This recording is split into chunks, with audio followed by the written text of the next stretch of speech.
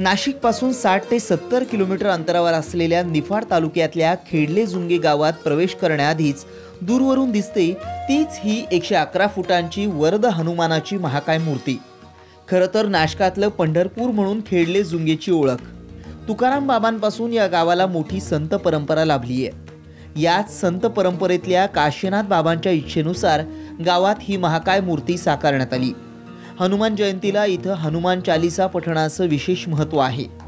या 111 फूट उंच सुरेख मूर्तीचा पाया जमिनीखाली 27 फूट खोल आहे।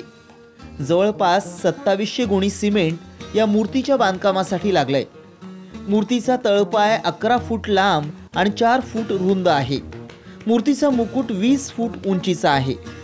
या मूर्तीच्या उभारणीसाठी जवळपास 40 लाख रुपये खर्च आलाय। अशा या भव्य दिव्य मूर्तीचं दर्शन घेण्यासाठी भाविक महाराष्ट्राच्या कानाकोपऱ्यातून येतात। मूर्ती लगत असलेलं संतवन, नक्षत्रवन आणि तुकाराम बाबांची समाधी येणाऱ्या भाविकांच्या आकर्षणाचं केंद्रबिंदू ठरतीये। मी याच्यानंतर त्यांना एक कल्पना सुचली की बाबा या ठिकाणी हनुमानची मूर्ती असावी।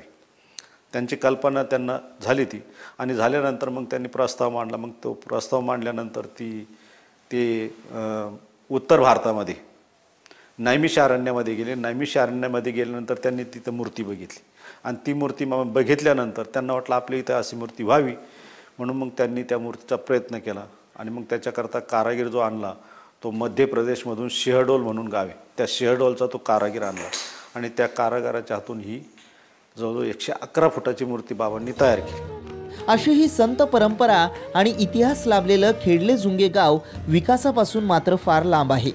रस्त्यांची दुरवस्था आणि भाविकांना सोयीसुविधा पुरवण्यात येणाऱ्या अडचणींकडे सरकारनं लक्ष द्यावं अशी ग्रामस्थांची अपेक्षा आहे।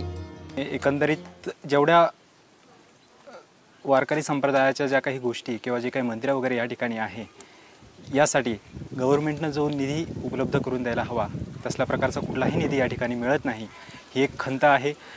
एकंदरीत भावी जे तरुण घडणार आहेत ते याच गोष्टीतून घडणार आहेत। जर गावाचा विकास नसेल तर तरुणांचा विकास होणार नाही। 7.5 किलोमीटर डोंगर पसरलेला आहे, त्याला अंजनगिरी पर्वत म्हणून ओळखलं जातं।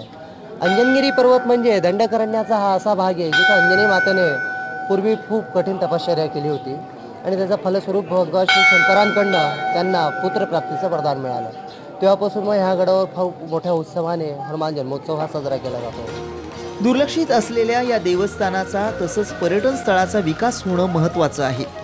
खेडोपाडी अशी अनेक पर्यटन स्थळं आहेत जी पर्यटनाच्या नकाशावर अजूनही झळकलेली नाहीत। सरकारनं अशा पर्यटन स्थळांचा विकास केल्यास ग्रामीण अर्थव्यवस्थेला मोठा हातभार लागेल हे निश्चित। जयराम पुरी, साम टीव्ही, नाशिक।